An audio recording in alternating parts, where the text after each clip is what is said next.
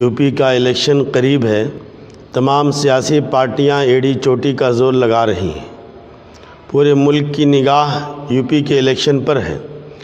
अखबारों के ज़रिए, न्यूज़ के ज़रिए मालूम हुआ कि असदुद्दीन ओवैसी साहब भी यूपी का इलेक्शन लड़ेंगे और अपनी पार्टी मजलिस इत्तेहादुल मुस्लिमीन को यूपी की सियासत में उतारेंगे। इसमें कोई शक नहीं कि ओवैसी साहब एक काबिल तरीन लीडर हैं, बेपनाह खूबियों के मालिक हैं, दीनी व मिल्ली और कौमी जज्बा अपने अंदर रखते हैं और पार्लियामेंट में बहुत ही मुअस्सिर नुमाइंदगी करते हैं और इंसाफ के लिए आवाज़ उठाते हैं। ओवैसी साहब हैदराबाद तेलंगाना की हद तक तो ठीक हैं और पार्लियामेंट में इनकी ज़रूरत है, लेकिन इससे हटकर मुल्की सतह पर इनका सियासत में हिस्सा लेना मौजूदा हालात के लिहाज से पूरे मुल्क के लिए नुकसानदेह है। आज मैं अपने ज़मीर की आवाज़, दिल की धड़कन आवाम तक पहुंचाना चाहता हूं। चाहे कोई मुझे बुरा कहे या मुझे गालियां दे, इसकी परवाह नहीं। बिरादरान इस्लाम, मेरा ये पैगाम दिल के कानों से सुनो, ठंडे दिल से गौर करो, जज्बात में आकर होश मत खो, मेरे एक एक लफ्ज़ को बार बार सुनो। मेरा ये दावा है कि अगर यूपी के इलेक्शन में असदुद्दीन ओवैसी साहब हिस्सा लेंगे तो बीजेपी की जीत यकीनी है। हो सकता है 2-4 सीटें मिल जाएं, इससे फ़ायदा कम नुकसान ज़्यादा होगा। ओवैसी साहब का सियासी चेहरा कट्टर मुस्लिम पंथी की हैसियत से हिंदुओं में जाना पहचाना जाता है और बीजेपी भी यही चाह रही है कि ओवैसी साहब यूपी में ज़रूर हिस्सा लें।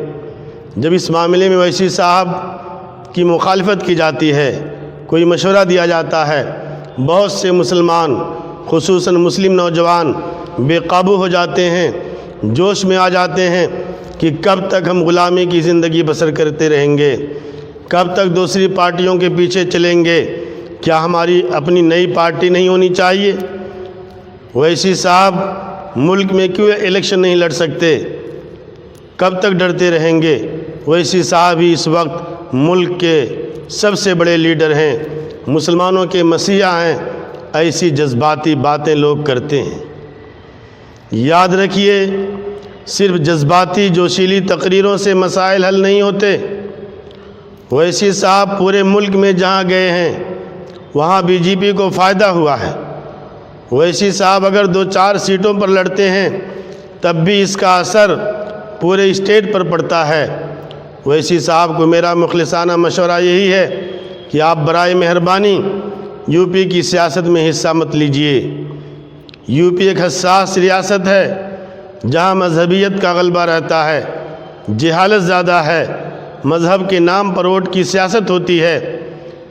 मुसलमानों का ये नज़रिया कि कब तक दूसरी पार्टियों के ताबे हम रहेंगे, क्या हमारी अपनी कोई पार्टी नहीं होनी चाहिए। फ़िलहाल मुल्क के जो हालात हैं, ऐसे में अपनी अलग पार्टी के बारे में सोचना गलत है और ये हकीकत है कि हिंदुस्तान में मुसलमानों की अपनी अलग सियासी पार्टी नुकसानदेह है। इस वक्त मुल्क बहुत नाजुक मोड़ पर है।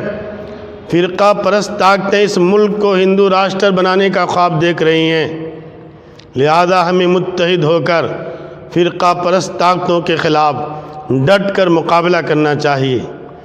ओवैसी साहब को पूरे मुल्क में क्यों नहीं लड़ना चाहिए, मैं बताना चाहता हूँ। जिनको कुछ सियासी बसीरत हासिल है वो अच्छी तरह जानते हैं, अगर पूरे मुल्क में ओवैसी साहब को चंद सीटें मिल भी जाती हैं तो भी फ़ायदा कम नुकसान ज़्यादा है। चंद सीटें जीत कर हम कुछ नहीं कर सकते। आपने बिहार में देखा, ओवैसी साहब को 5 सीटों पर कामयाबी मिली। वो 5 सीटें ऐसी हैं जहां किसी भी पार्टी का उम्मीदवार जीत सकता था, क्योंकि यहाँ मुस्लिम आबादी बहुत ज़्यादा है, मुस्लिम पॉपुलेशन ज़्यादा है। अगर ओवैसी साहब की पार्टी का उम्मीदवार नहीं खड़ा होता तब भी वहाँ से मुसलमान ही जीतता था। लेकिन इसका नुकसान कितना बड़ा हुआ कि बीजेपी को बिहार में बहुत बड़ी कामयाबी मिली। ये ओवैसी साहब की बदौलत है। अगर ओवैसी साहब बिहार में हिस्सा नहीं लेते तो बीजेपी की हार यकीनी थी।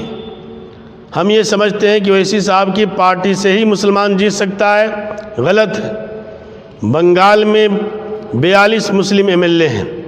یہ 42 مسلم ایم ایل اے جو بنگال میں ہیں، کیا اویسی صاحب کی پارٹی کے ہیں؟ لہذا یو پی کے مسلمانوں کو دانش مندی کا ثبوت دینا چاہیے، باہم متحد ہو کر فرقہ پرست طاقتوں کے خلاف ووٹ دینا چاہیے۔ اگر مسلمان جوش میں آ کر اویسی صاحب کو ووٹ دیے تو اس کا خمیازہ آنے والی نسلوں کو بھگتنا پڑے گا اور بہت بڑا نقصان ہوگا۔ اور یہ بات کان کھول کر سن لو کہ یو پی میں اویسی صاحب کو کامیابی ملنے والی نہیں۔ ووٹ تقسیم ہوں گے، بی جے پی کو فائدہ ہوگا۔ میری یہ بات بہت سے لوگوں کو ہضم نہیں ہو رہی ہوگی، غصے میں آ کر لوگ گالیاں دے رہے ہوں گے، مجھے اس کی پرواہ نہیں۔ اگر اویسی صاحب یو پی کی سیاست میں حصہ لیں گے تو کیسے نقصان ہوگا، میں یہ بات آپ کے سامنے رکھنا چاہتا ہوں، سنجیدگی کے ساتھ اس پر غور کیجیے۔ جب اویسی صاحب کے جلسے ہوں گے، مسلمانوں کی خوب بھیڑ جمع ہوگی، فلک شگاف نعرے لگیں گے، نعرے تکبیر کی صدائیں بلند ہوں گی، جلسے میں شیر آیا کا شور ہوگا، پورے مجمع میں مسلمان داڑھی ٹوپی کرتا پاجامہ کے ساتھ نظر آئیں گے، صرف مسلمانوں کی بھیڑ ہوگی اور اویسی صاحب کی جذباتی و جوشیلی تقریریں ہوں گی۔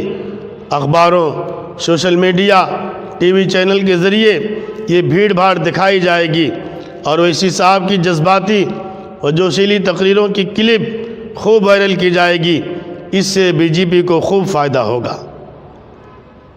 اویسی صاحب بھیڑ بھاڑ دیکھ کر خوش ہو جائیں گے، اس میں شک نہیں کہ اویسی صاحب کا چہرہ انٹرنیشنل لیڈر کے طور پر ابھر کر سامنے آئے گا، اور جو امیدوار کھڑے ہوں گے وہ بھی 5 ہزار ووٹ لے کر اپنے علاقے کے لیڈر بن جائیں گے۔